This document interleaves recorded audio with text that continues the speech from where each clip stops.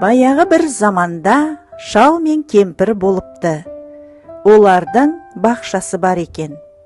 Бірде шал шалқан отырғызады.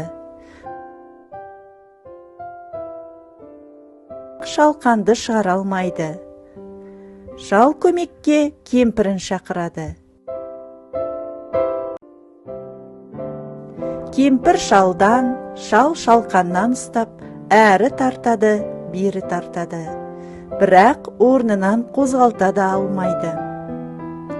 Кемпір көмекке немере қызын шақырады.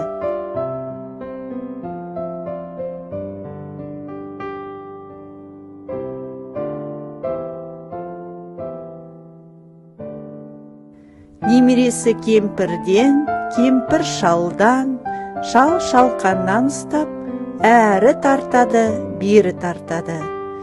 Тағы да суырып шығара алмайды. Немере қызы Жучка деген итін шақырады. Жучка қыздың етегінен, немересі кемпірден, кемпір шалдан, шал шалқаннан ұстап, әрі тартады, бері тартады. Шалқанды суыра алмайды.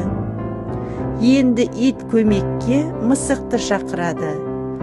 Мысық Жучканың құйрығынан, Жучка қыздың етегінен, немересі кемпірден, кемпір шалдан, шал.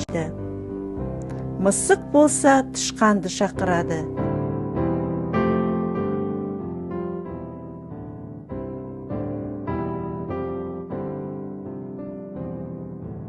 Тышқан келіп мысықтың құйрығынан, мысық иттен, ит немересінің етегінен, қыз кемпірден, кемпір шалдан, шал шалқаннан ұстайды.